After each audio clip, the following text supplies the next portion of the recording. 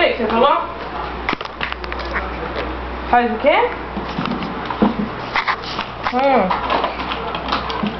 Pra quê? Pra puxar? Você é doida?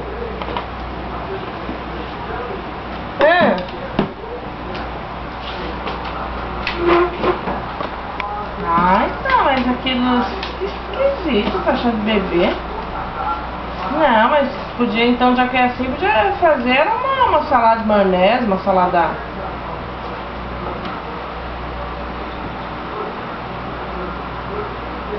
Então, mas essa berinjela ao forno com torrada? É, mas berinjela, aquela tipo salada, não aquela no forno.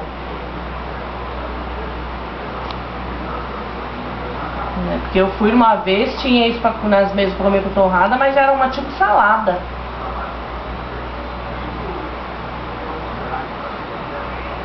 Mas eu não ponho pimentão? Não sei lá. E era com pimentão mesmo, essa que eu fui que tinha. Mas não era o forno. É, mas eu tenho que ver se eu vou ter pra fazer. Tá, tá. 2h30? Tá. E o kit? Tá.